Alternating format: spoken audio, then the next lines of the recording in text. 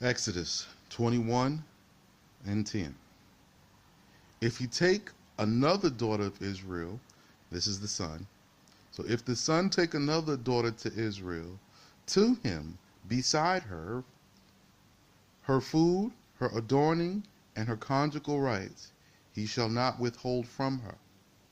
And if these three things he does not for her, to covenant her to himself, or to his son, or to release her into the hand of her father, she shall go free without payment, and a writing of release he shall give her.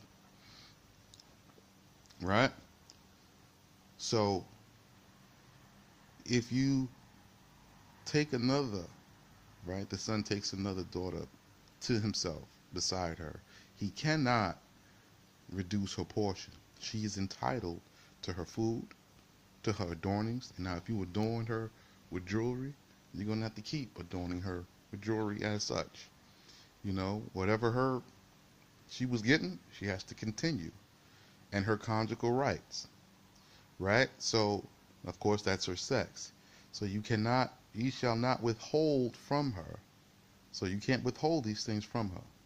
Now it says if these three things he does not do for her, to covenant her to himself, and this is or to his son. So this goes for all wives.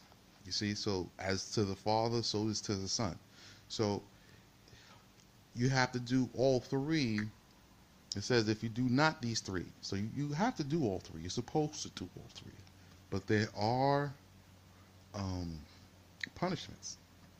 You see, so she becomes contentious and rowdy. Okay, so you can't cut off her food because there's a commandment that uh, you can't cut off her food, so you're commanded to feed the hungry, right? But her adornings and her conjugal rights you can um, withhold, right? That's why it says if he does not all three. So this is a safety clause. So as long as he's providing you with one of the three, you're still covenanted to this man. And the man must provide for you regardless. You'll just be over on the side lonely, but you're still covenanted. So as long as he's feeding you, you still covenanted. Once the conjugal rights and your adornings and the food stops, you are free to go without payment. And he has to give you a writing of release or a divorce. See? So if he's not going to feed you anymore, okay, he stopped having sex. Okay, he stopped buying you clothes. He's going to stop feeding you? He's ready to stop feeding you? All right, just write me a release and let me go. So this is how this works. You know what I'm saying? So he's supposed to at first try at least to release her back to her father. So maybe daddy can iron things out. So look, here, you take her and let's deal with this. How are we gonna sort this out? Because this girl's crazy. She's not acting right. You see? So this is this next subcontext of the judgment of the law.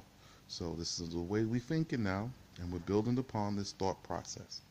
All right, I'll be back with Exodus 21 and 12.